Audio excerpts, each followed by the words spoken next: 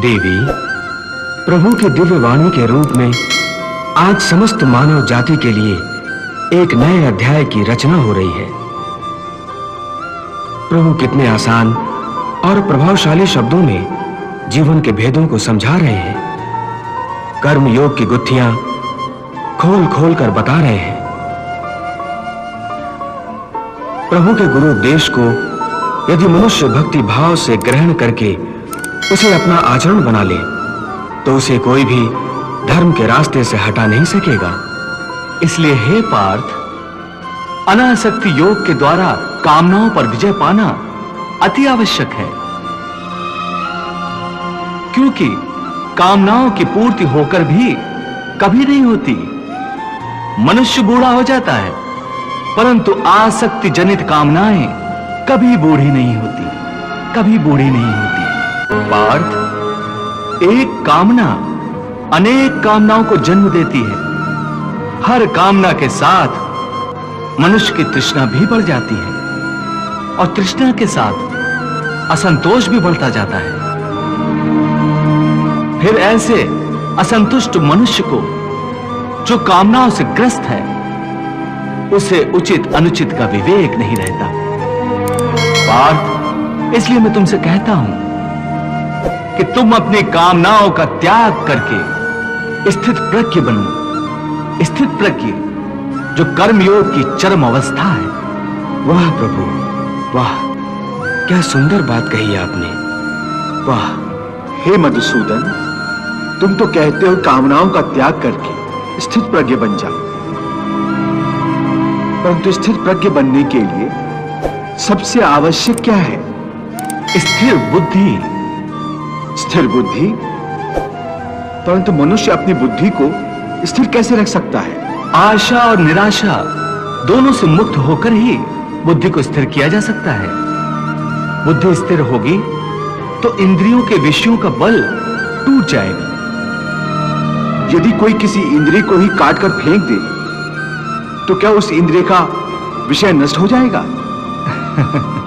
नहीं अर्जुन, यदि किसी दुर्घटनावश किसी की आंखें अंधी हो जाएं, तो यह आवश्यक नहीं कि उसकी आंखें रूप की कल्पना करना ही छोड़ दें।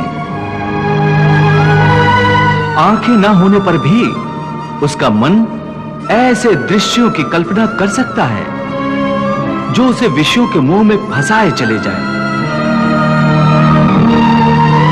पार्थ, एक अंधा मनुष्य भगवान के स्वरूप की भी कल्पना कर सकता है।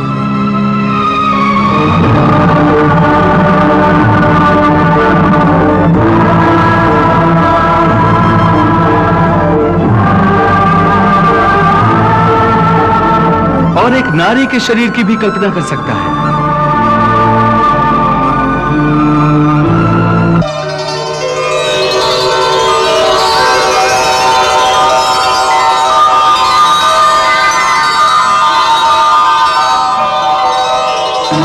सो किसी इंद्रिय के होने ना होने से मन की वासना और आसक्ति में फर्क नहीं पड़ता।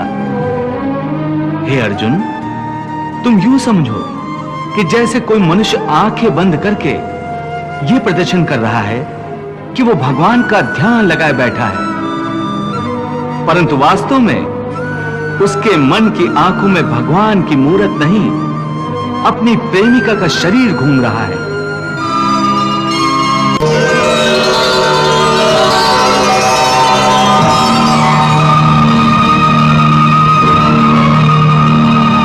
इसका अर्थ है कि उसकी आंखें तो बंद हैं, परंतु आंखों के विषय उसे फिर भी भ्रमित कर रहे हैं। हे अर्जुन, कई लोग अपनी इंद्रियों पर बड़ी कठोरता से निग्रह करने के लिए बड़े कठिन व्रत और उपवास रखते हैं।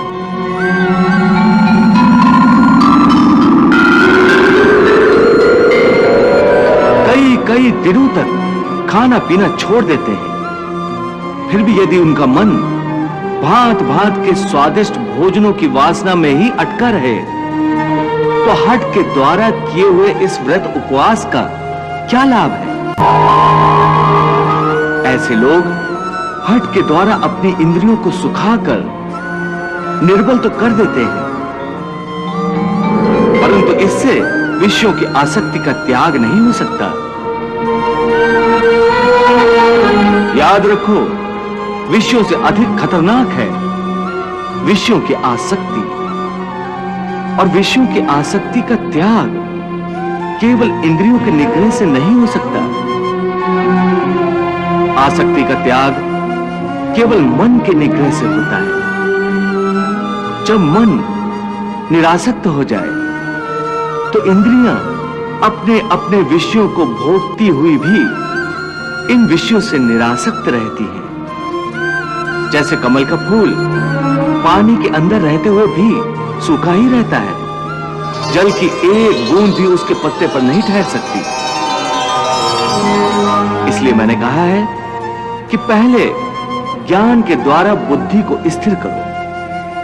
बुद्धि मन को स्थिरता देगी, फिर मन इंद्रियों को इस प्रकार विषयों से खींच लेगा जिस प्रकार एक कछुआ खतरे की जरा सी आहट पाते ही अपने अंगों को अपने भीतर ही समेट लेता है। हे पार्थ, यदा संघर्ते चायम कूर्मो अंगानीव सर्वशः इंद्रियाणि इंद्रियार्थेभ्यस् तस्य प्रज्ञा प्रतिष्ठिता।